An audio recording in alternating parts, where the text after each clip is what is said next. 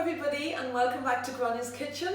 It is Saturday, it is 1:45 and I'm cooking up a little bit of lunch for myself and Hugh. So we're going to have creamy wild mushroom bruschetta for lunch today. So how am I going to make that? Well, first thing was this morning I went into Kelly's fruit and veg shop in Wicklow Town.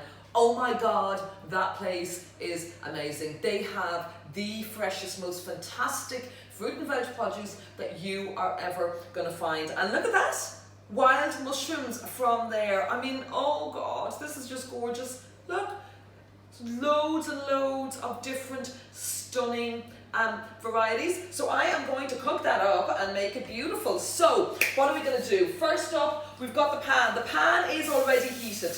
Okay, I've got this heated and I'm going to add some shallots. So that's just 2 tiny shallots. And I'm adding garlic, 3 cloves of garlic. So I'm going to just let that cook up there for a minute or 2.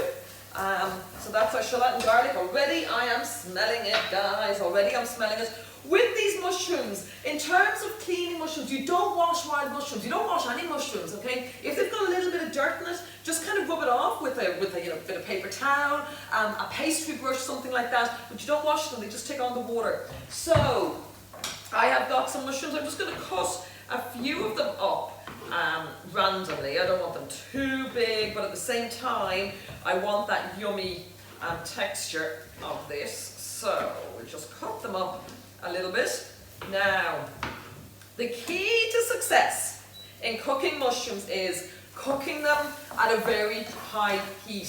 What you're trying to do with mushrooms, if you cook mushrooms at a low heat, all that happens is all of the moisture evaporates out of them and you end up with kind of a soggy pan and soggy mushrooms. So what you're trying to do is put them in at a high heat and kind of seal it. So you're sealing in that moisture and then you get a beautiful, beautiful texture. So this pan is pretty hot and I'm going to just pour those mushrooms in there, and these are going to cook away. Now because we're using a high heat, you need to keep them kind of moving, and they're going to take about 2 minutes to cook. You know, not long, but we're going to keep an eye on them.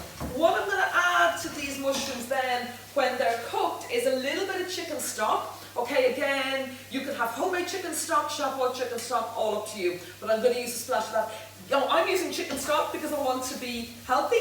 Otherwise, you could deglaze this pan with a little bit of white wine. But I am going to use chicken stock for this recipe. And then I'm going to be adding some Philadelphia lightest as well. Okay, Philadelphia lightest to make it creamy. The other thing I'm going to add to this now is the seasoning. Loads and loads of seasoning on this. So loads of salt going on there. You can see already these are cooking down, but there's no moisture coming out of these at all because I'm cooking it at such a high heat. Pepper and mushrooms are a match made in heaven. So I'm a big pepper fiend, so I'm going to be adding loads of pepper. Again, it's up to you. Everything you do is got to do with personal taste, okay? So don't ever be a slave to a recipe. You mix it up in whatever way you want, because that's really key. So I'm adding a bit of more pepper here. These are cooking up so beautifully and so deliciously. I am excited. I truly, truly am. So while those mushrooms are cooking away, I'm just going to start getting ready for my plating. So I've got 2 plates, one for me and one for you.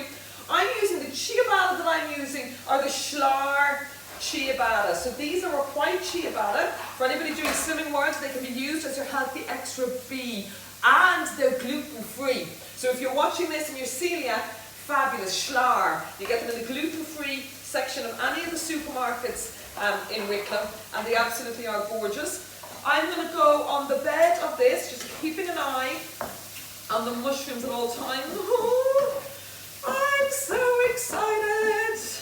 I truly am. Kelly's Fruit and Veg Shop. I absolutely adore you guys. So, on the bed of this, again, this came from Kelly's as well. Stunning Wicklow rocket, okay? This is locally grown and absolutely gorgeous. So, I'm going to put a little bit of rocket there at the base, probably a bit too much, and a little bit of rocket on the base of that plate. I think you guys all know how much I love my my balsamic vinegar. So I've got my beautiful, delicious one here from the Wicklow Wine Company. And I'm just going to put a tiny little bit drizzle of balsamic on top of that rocket. I mean, again, this is so simple, guys, so simple. So this is ready. Look how they have rendered down, but all of the flavour has been sealed into it. There's no moisture escaping there at all. Now I'm going to add my little bit of chicken stock. So a bit of that on there. And that's now taking on all of that stunning flavour.